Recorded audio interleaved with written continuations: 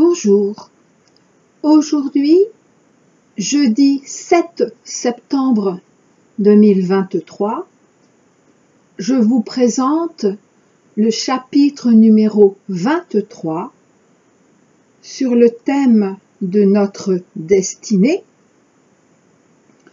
union concrète dès qu'avec notre autre, nous n'aurons plus peur du bonheur. 3 parties. La première, la croyance. Il est trop tard pour notre union 3D avec notre autre en cette vie. Deuxième, la poursuite sans fin du bonheur dans le pré est terminée. Et la troisième, chapitre, l'œuf christique et la nouvelle Jérusalem du message Channing, en chemin vers la terre nouvelle. Mais avant, je rappelle les 4 parties de l'audio du 15 août 2023, chapitre 22 sur le thème de notre destinée, ultime test d'être digne de notre couple flamme jumelle via notre dernière tentation, parce qu'il est lié et relié directement à cet audio d'aujourd'hui. Alors, ces 4 parties sont, donc de cet audio du 15 août, première, extrait du message: l'Antéchrist sera un adversaire à votre mesure. Deuxième, des superstitions religieuses traditionnelles à la nouvelle religion économique universelle. Troisième partie, après le temps accompli de la superstition, s'ouvre le temps de la tentation. Et quatrième partie, les 2 derniers degrés du lâcher-prise chez les flammes jumelles face à la tentation.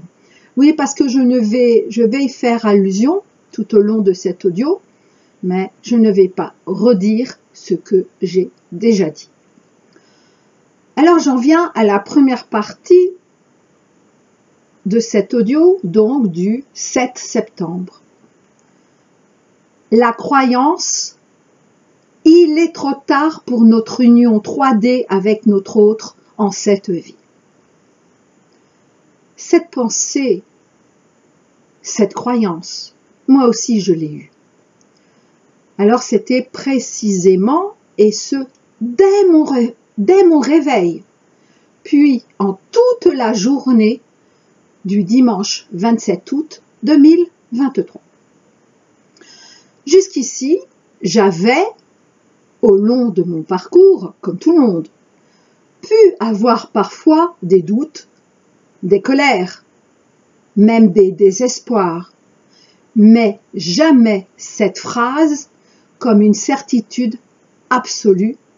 Cette phrase: c'est trop tard, cette fois-ci, il est vraiment trop tard. Et je me sentais si mal en entendant cette pensée. En outre, je culpabilisais du fait que j'abandonnais ou que j'allais abandonner la partie, et donc notre lien en tant que couple 3D, même si pas notre lien éternel, évidemment, mais bien pour cette vie. Et j'ai culpabilisé d'autant plus que je savais parfaitement que c'est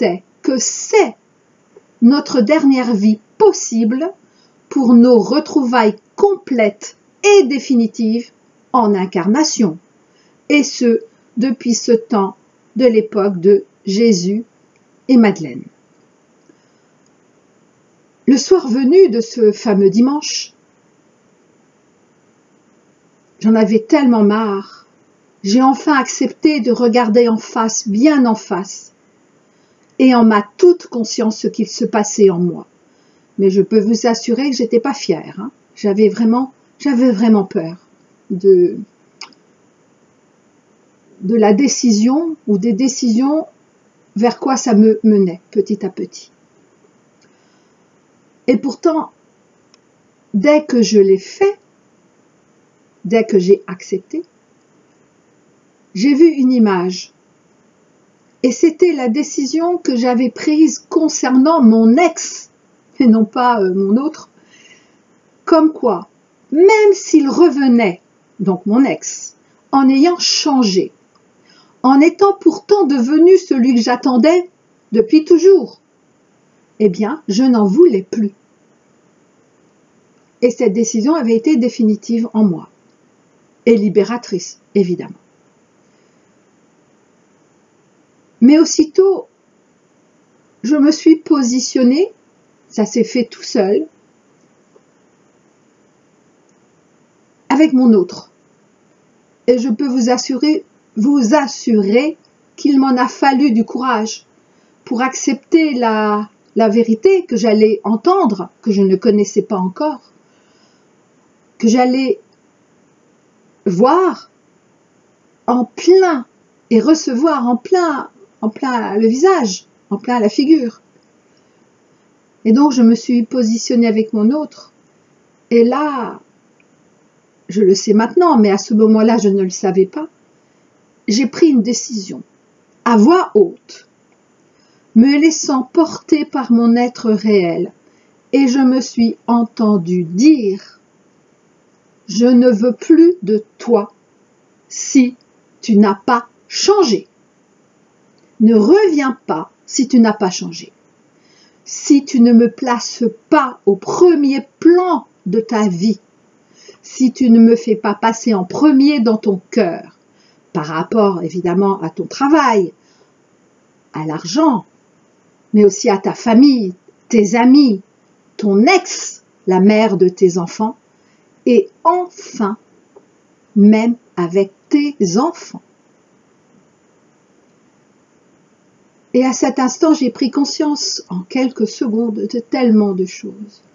Par exemple, du fait que c'était tout de même différent d'avec ma décision concernant mon ex.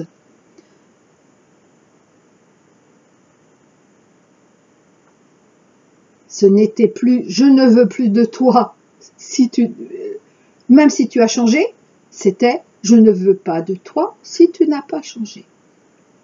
Donc, la porte restait ouverte, reste ouverte. Et du fait également que pourtant, j'étais autant affirmée par rapport à la décision que j'avais prise concernant mon ex, et que rien ne me ferait changer d'avis. Comme si j'avais pris un décret en tant que reine qui a choisi son roi, certes, mais lequel n'est encore qu'un prince. Certes, mon prince, mais pas encore mon roi. J'ai pris conscience que cette fois-ci, pour la première fois de ma vie, j'osais mon exigence envers l'amour. Pour la première fois, j'ose enfin l'entièreté de l'amour. L'amour véritable. Nous l'avons, puisque nous sommes tous en chemin vers cet amour véritable. Nous l'avons expérimenté tous et toutes depuis plusieurs années. L'amour véritable est si exigeant. J'ai compris également que je ne laissais plus à mon autre le droit à l'erreur. C'est terminé ce temps. Comme je ne me laissais plus non plus le droit à l'erreur. Cette erreur de ne plus me respecter, de faire passer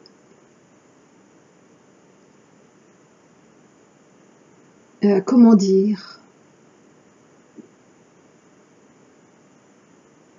de faire passer l'autre avant moi pour qu'il m'aime.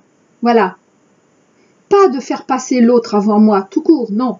De faire passer l'autre avant moi pour qu'il m'aime et que je sois donc aimable. Dans le premier sens du terme, hein, aimable.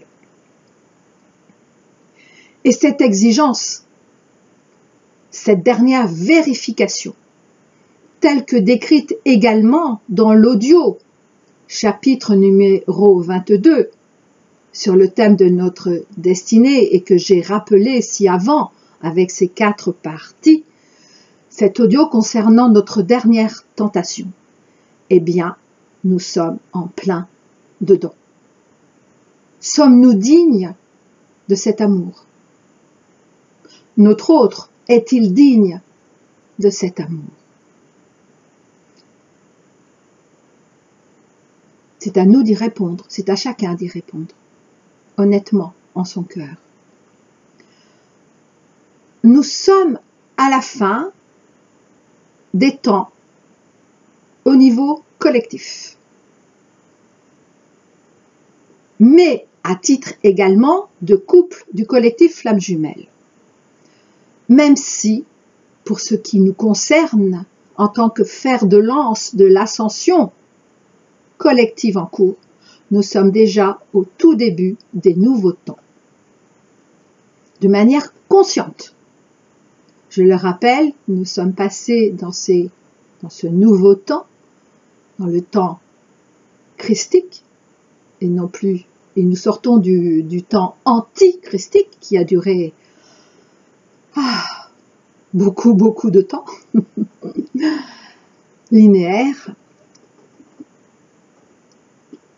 Toute l'humanité est au début de ce nouveau temps, de ce temps christique, mais très peu en ont conscience. Mais nous en avons conscience. C'est dans ce sens-là que je dis que nous sommes déjà au tout début des nouveaux temps en conscience, en tant que collectif Flammes Jumelles. Deuxième partie. La poursuite sans fin du bonheur dans le pré est terminée. Alors je le redis, car c'est important. Même si à titre collectif humain, nous sommes dans la toute dernière phase de cette fin des temps annoncée par tous les prophètes. En tant que collectif Flammes Jumelles, nous sommes déjà entrés de plein pied et en toute conscience dans les temps nouveaux. En notre mission de fer de lance, en notre rôle de fer de lance, de l'ascension. Alors, nous nous rappelons tous ce poème de Paul Fort. Le bonheur est dans le pré, cours-y vite, il va filer. Le bonheur est dans le pré, cours-y vite, il a filé. Eh bien, nous l'avons tous vécu ainsi. Nous l'avons tous cru, parce qu'en effet, même lorsque nous avions pu croire, enfin goûter le bonheur via l'amour, le bonheur de l'amour, l'amour du bonheur, bonheur et amour, cela n'a jamais duré. Et là, je parle pour tous les humains. Et je parle évidemment du véritable bonheur, et non des quelques gouttes que nous avons tout de même et heureusement pu en recevoir, ni encore moins ce que tous nos opposants, tous ceux de l'énergie anti-christique depuis des siècles de siècles, nous ont sciemment fait confondre avec la satisfaction, avec le confort, avec les jeux. Oui, avec les jeux. Depuis les gladiateurs, certes, mais jusqu'à aujourd'hui, même s'ils ont changé en apparence. Être satisfait de ceci ou de cela en nos vies est certes, et heureusement, déjà confortable et rassurant, mais ne dure jamais. Sinon, nous ne serions pas à la recherche d'un autre objectif, d'un autre but, d'une autre réalisation, pour continuer à nous conforter dans le confort, à nous rassurer face à notre insécurité. Ce sont ces mêmes antichristiques qui nous ont fait croire depuis tout ce temps, donc depuis des siècles et des siècles, et aujourd'hui encore plus d'une certaine manière, que le bonheur n'existe pas et qu'il nous faille nous contenter de ce que l'on aurait. Certes, cela peut être le début d'une certaine sagesse de se contenter de ce que l'on a, mais uniquement le début en mettant peut-être, et je dis bien peut-être, le pied à cet étrier. Je me rappelle ce qu'avait dit un grand sage, Swami quelque chose, mais je ne me souviens pas, je l'ai lu il y a très très longtemps ce livre, qui avait dit à Arnaud Desjardins, pour conclure son enseignement, ses derniers mots ont été « Be happy », tandis qu'Arnaud croyait pourtant l'être déjà. Et nous les avons crus, tous ces bien-pensants. Nous avons cru que le bonheur n'existait pas, puisque c'est effectivement ce que nous avons vécu, tous et toutes, jusqu'à ce jour. Car le bonheur est, comment dire, il est complet et il est éternel et dure pour toujours. Ce n'est pas le cas jusqu'à ce jour pour nous. Le bonheur complet, ce bonheur véritable, nous ne l'avons pas connu. Nous avons pu le croire parfois, mais nous ne l'avons pas connu. Alors je dis complet et véritable, mais en réalité il ne faudrait rien ajouter, ni retrancher, à ce magnifique mot de bonheur, comme il en est de même pour l'amour. Mais nous qualifions encore ces termes, pourtant si beaux et porteurs de nos plus grands souhaits, en réalité des plus grands souhaits de nos âmes pour nous tous, parce que, justement, nous ne savons pas ce que c'est véritable. Nous ne l'avons pas encore connu, car, justement, tout cela, nous est inconnu. En incarnation, hein, bien sûr. Nous avons pu, ainsi que le dit ce poème, mais d'ailleurs comme tous les poètes, nous avons pu parfois l'approcher, mais à chaque fois il nous a échappé d'une manière ou d'une autre. Et ces mots, cette pensée, cette croyance, ces mots, il est trop tard. Nous sommes tous et toutes en train de les entendre ou de les avoir entendus.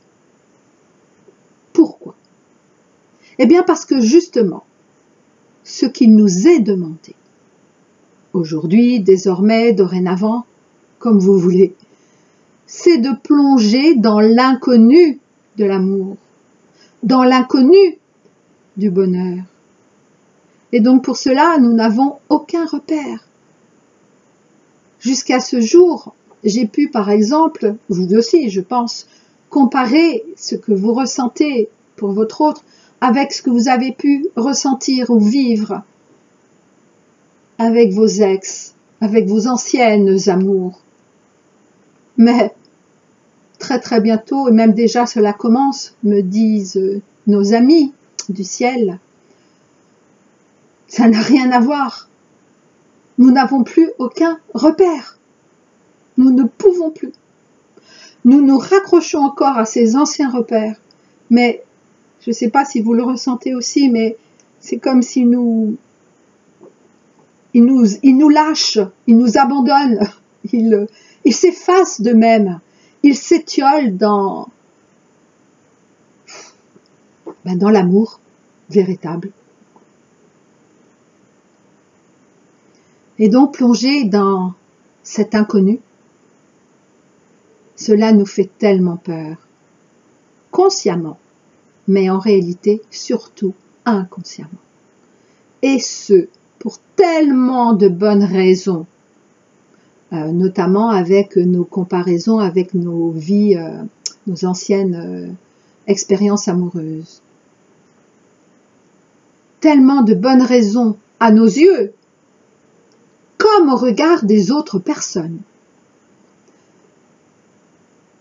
Cela nous fait tellement peur que lorsque j'ai entendu, pour ma part, ces mots « il est trop tard », eh bien, je me suis sentie un instant comme soulagée.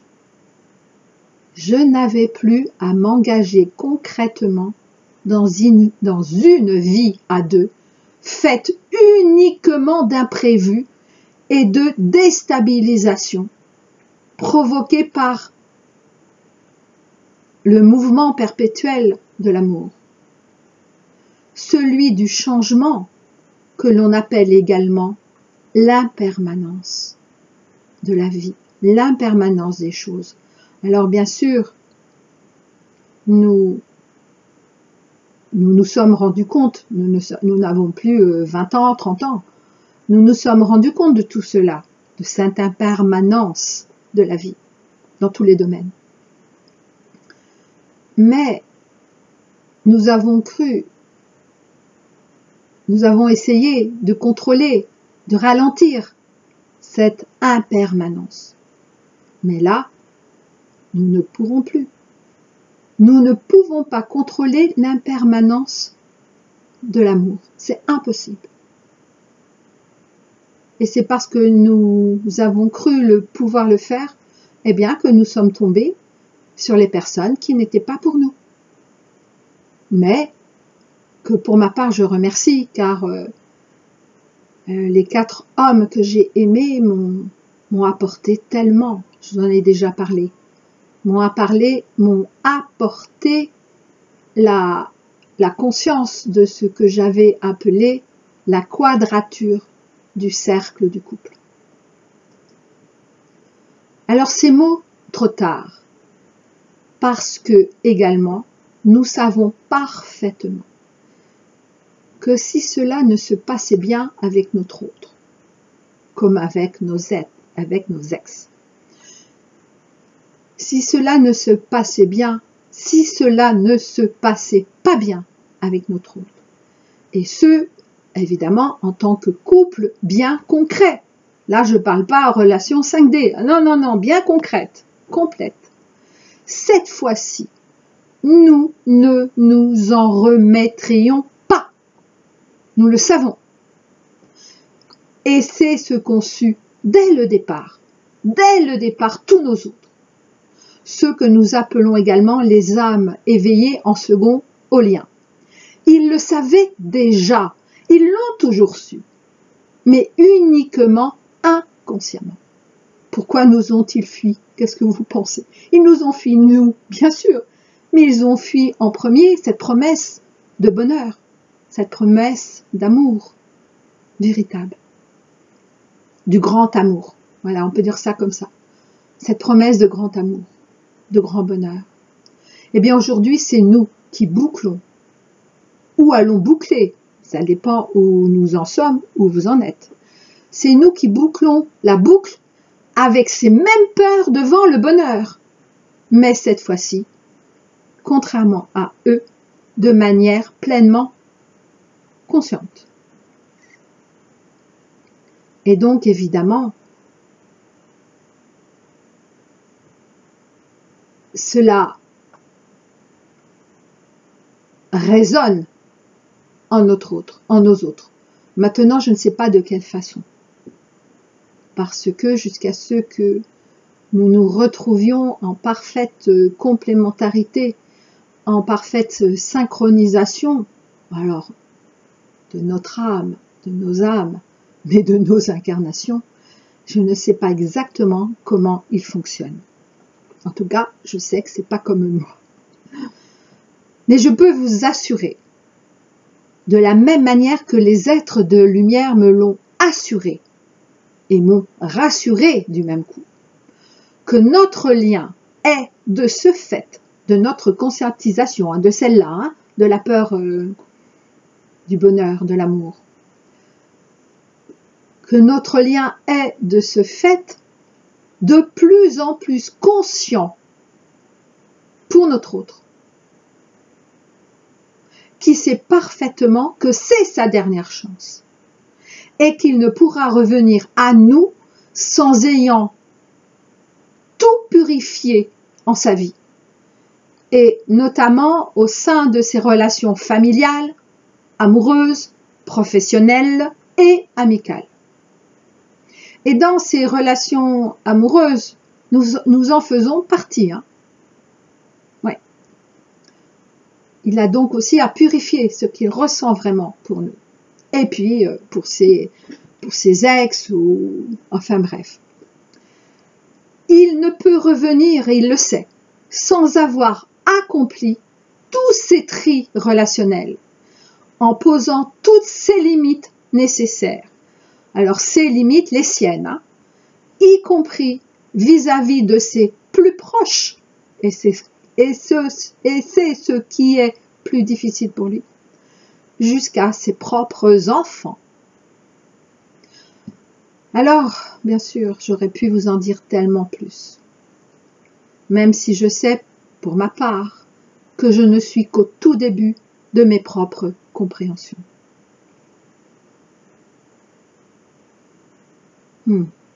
Mais il m'est demandé également de ne pas rajouter. Très bien. Et je vais terminer par donc la troisième partie, chapitre l'œuf christique et la Nouvelle Jérusalem, du message par voie de channeling en chemin vers la Terre Nouvelle. Alors ce message du 20 février 2007 est tiré de l'avis Providence 1, nous attendons le signal, en page 175, et il émane de l'ordre de Melchizedek. Parce que Melchizedek, celui qui a pu venir à nous en tant que roi de justice, et ce qui est vrai, mais c'est aussi un ordre. C'est-à-dire que ils sont plusieurs, Melchizedek. Je ne sais pas comment dire ça. Plusieurs aspects de Melchizedek, porteur de l'énergie Melchizedek.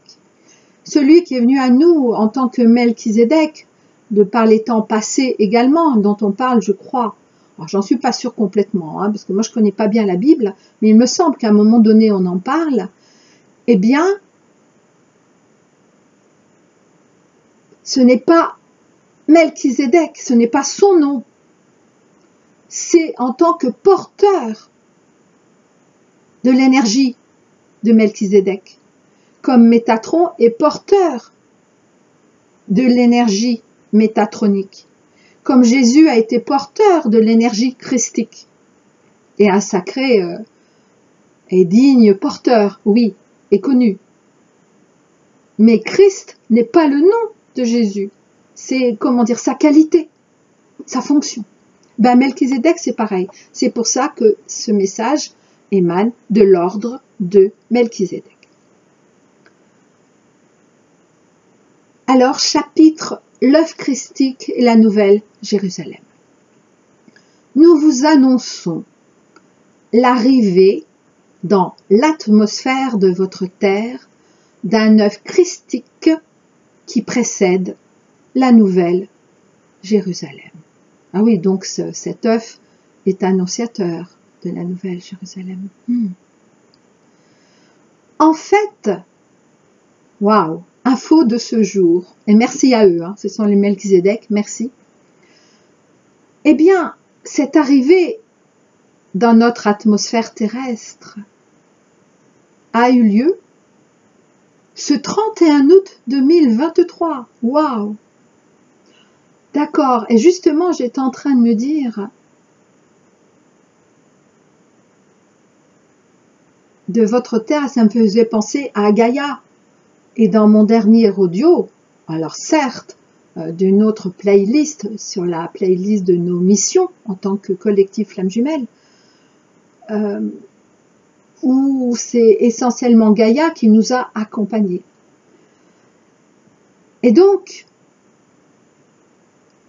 Et ça, je ne le savais pas hein, lorsque j'ai fait cet audio du 31 août. Je ne le savais pas, je n'avais pas l'info, mais je l'ai aujourd'hui en cet instant où je vous partage ce texte, l'œuvre christique et la Nouvelle Jérusalem. Et donc, cette annonce faite en 2007 s'est réalisée, s'est concrétisée ce 31 août 2023, qui est, je le rappelle, le jour officiel de la pleine lune bleue. Et là, évidemment, je vous renvoie à mon dernier audio, mission numéro 2, Gaïa se libère de toute la lie de nos coupes qu'elle a portées par amour de nous. Ah, et bien sûr, Gaïa le savait quand elle m'a demandé de faire cet audio, parce que c'est elle qui me l'avait demandé, ce 31 août. Mais bien sûr, je le redis, mais pas moi. Au moment où j'ai créé cet audio,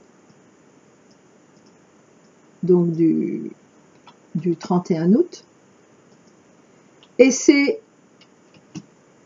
en ce sens qu'en mettant au jour cette œuvre christique que Gaïa portait en son sein, S-E-I-N, et en l'occurrence en son sein en tant que son corps céleste que nous appelons la Terre, que moi j'appelle Terra, mais je ne suis pas la seule à l'appeler ainsi.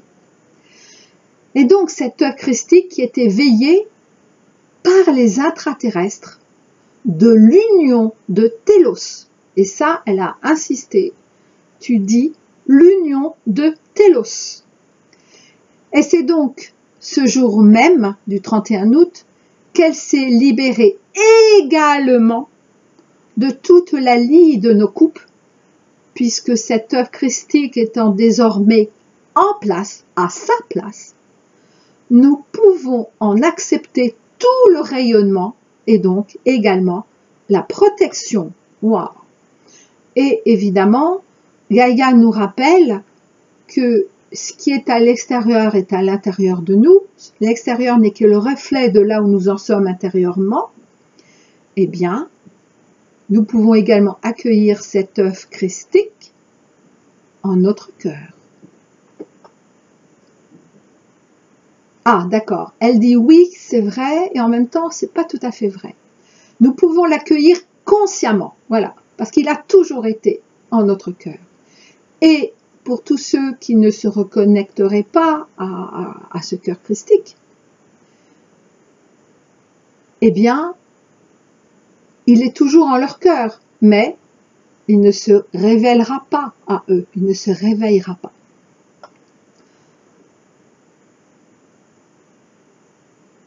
Alors, je peux reprendre, elle me dit, je suis autorisée par les Melchizedek ainsi que par Gaïa à reprendre la phrase en disant « Nous vous annoncions l'arrivée dans l'atmosphère de votre terre d'un œuf christique qui précède la nouvelle Jérusalem. »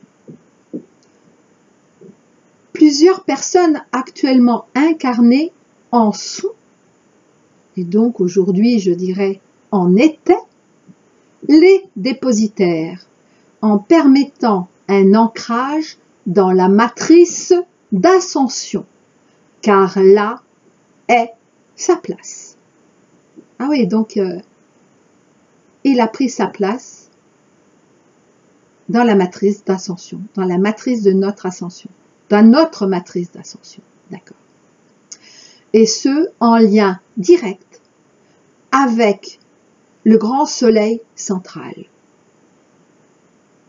Car cet œuf cosmique a pour objet, donc en lien avec le grand soleil central, de reconfigurer les paramètres évolutionnels des nouvelles terres.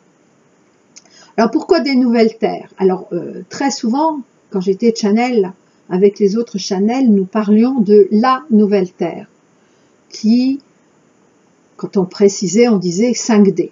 Mais, je le redis, 5D, on ne sait même pas ce que ça veut dire. mais ça voulait dire en tout cas nouvelle terre, on va dire ascensionnée.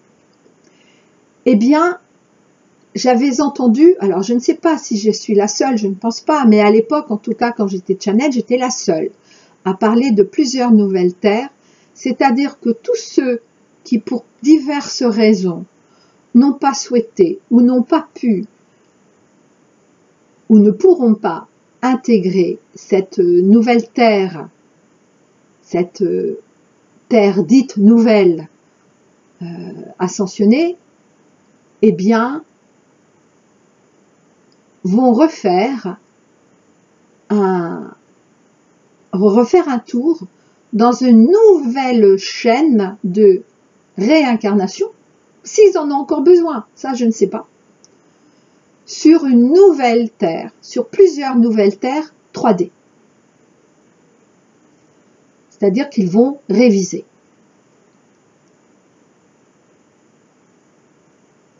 Car je vous le rappelle, ainsi que je l'ai dit donc dans mon dernier audio du 31 août avec Gaïa, le karma est terminé. Pour nous, il est terminé. Pour tous ceux qui l'ont accepté. Sinon, il y aura une nouvelle chaîne. Alors, 1 vie, 2 vies, 10 vies, 20 vies, 100 vies, je n'en sais rien. Et je n'ai pas à le savoir, me disent-ils, sur de nouvelles terres 3D. Alors, pourquoi plusieurs nouvelles terres 3D?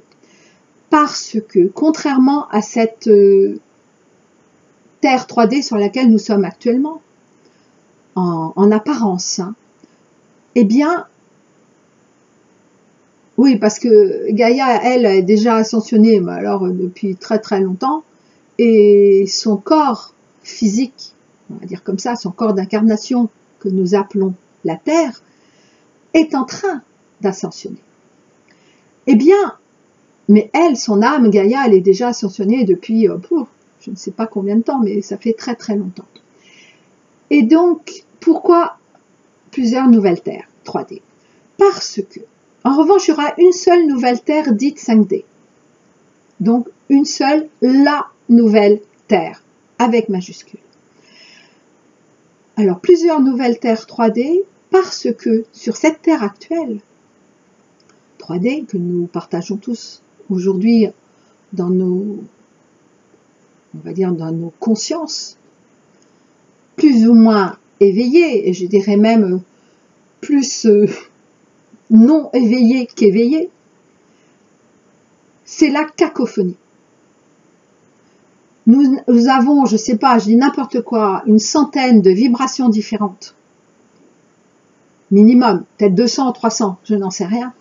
Mais en tout cas, c'est évident que c'est difficile pour nous, comme c'est difficile pour eux d'ailleurs, avec certaines personnes, d'avoir ne serait-ce qu'un début de communication clair. C'est impossible. Et quand on dit oh, celui-là je peux pas le voir, je peux pas le sentir, mais c'est pas faux. C'est-à-dire sa vibration ne me correspond tellement pas que c'est trop terrible pour moi. Mais c'est vrai pour l'autre, évidemment. Alors que quand même ces personnes, ces êtres qui ont fait le choix, leurs âmes, qui ont fait le choix parce qu'elles savaient, les âmes, que leurs incarnations d'aujourd'hui n'étaient pas prêtes pour la nouvelle terre, eh bien, elles ont fait le choix de revivre, de recommencer une autre chaîne d'expérimentation, une autre expérimentation sur une Terre 3D, mais que l'on appelle nouvelle Terre 3D, car ça n'a plus rien à voir avec celle d'aujourd'hui. Parce que malgré tout, ces personnes ont quand même accepté le choix de leurs âmes, c'est-à-dire de venir aujourd'hui vivre ce qui est vraiment difficile, cette cacophonie de vibrations tellement différentes, pour ne pas dire divergentes. Eh bien, du coup, c'est comme un diplôme différent d'une autre, je ne sais pas comment dire ça, mais qui leur permet tout de même d'aller sur une nouvelle Terre 3D en fonction de leur vibration. C'est-à-dire que la nouvelle Terre 3D, on va l'appeler A, eh bien, va réunir non pas 300 vibrations différentes, mais on va dire une dizaine. La B, une autre dizaine, mais quand même proches les unes des autres, ce qui va leur permettre, malgré tout, quand même une certaine facilité pour revenir à leurs origines, à qui elles sont vraiment. Et donc, ensuite, nous rejoindre, alors je ne sais pas quand, sur la nouvelle Terre, avec nouvelle Terre, grande majuscule. Voilà, j'espère que j'ai été claire. C'est pas évident à expliquer ça, d'autant plus que je crois, à ma connaissance, j'étais la seule à dire ça. Aujourd'hui, je ne sais pas. En tout cas, quand j'étais Channel, c'était le cas. J'étais la seule à dire ça. Donc, en lien direct avec le grand soleil central, cette œuvre cosmique a pour objet de reconfigurer les paramètres évolutionnels des nouvelles terres. Donc oui, ça ne concerne pas que la nouvelle terre. Par le cœur sacré, cette œuvre christique va progressivement se positionner. Donc aujourd'hui, on peut dire, cette œuvre christique s'est progressivement positionnée dans le ventre des femmes de cette terre. C'est ainsi que plusieurs appels à ce sujet ont été diffusés et le sont encore. Il émane actuellement de la Nouvelle Jérusalem des âmes de sages qui sont en partance pour la terre.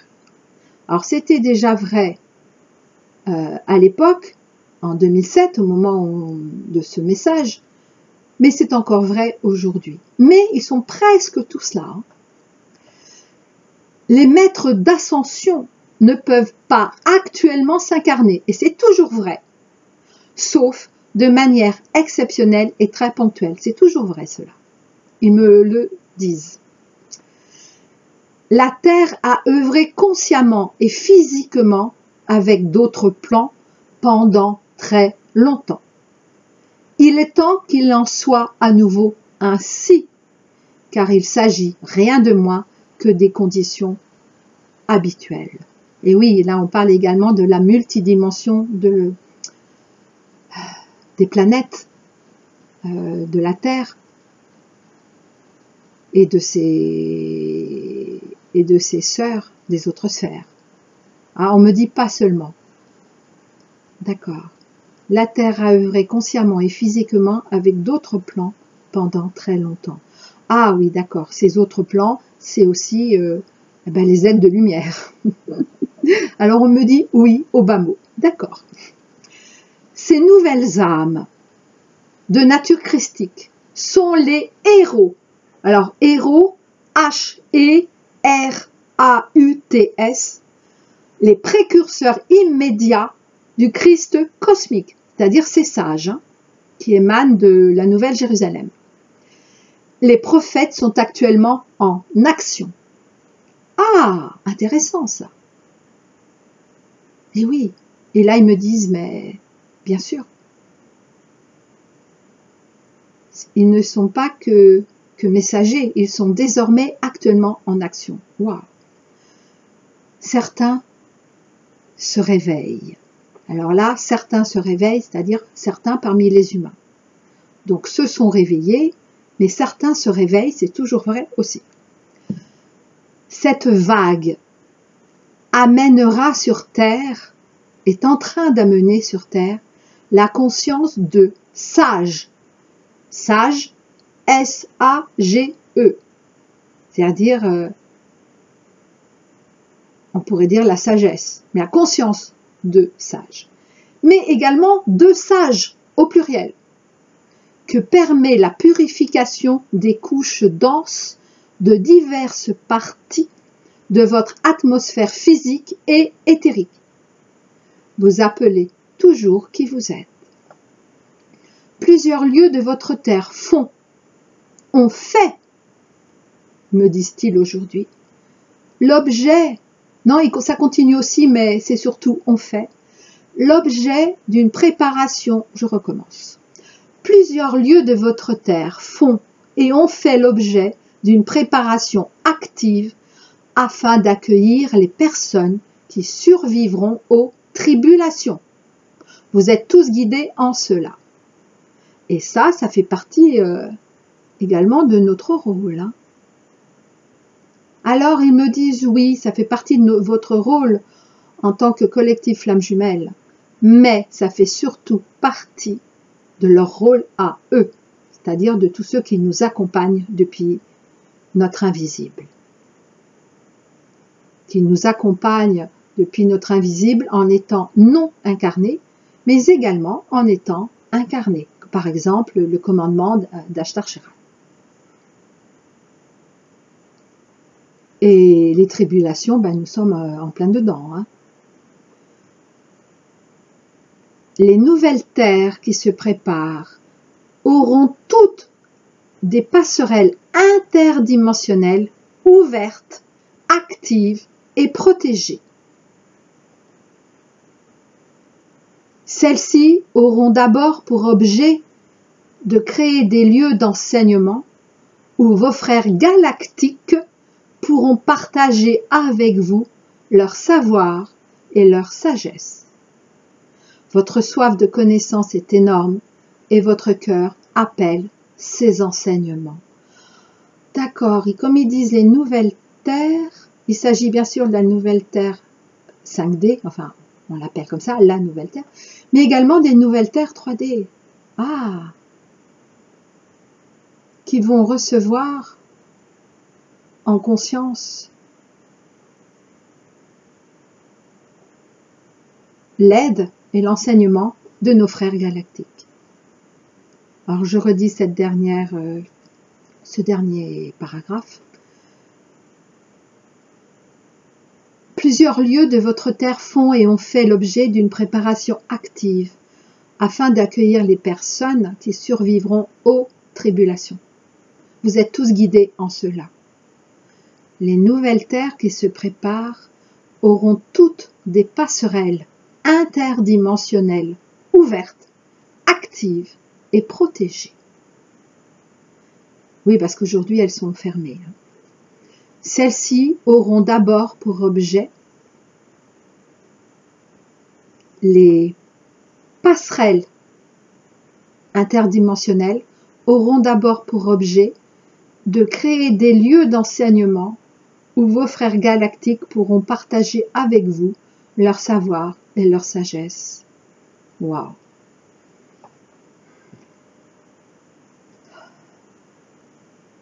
Je vous dis à très bientôt.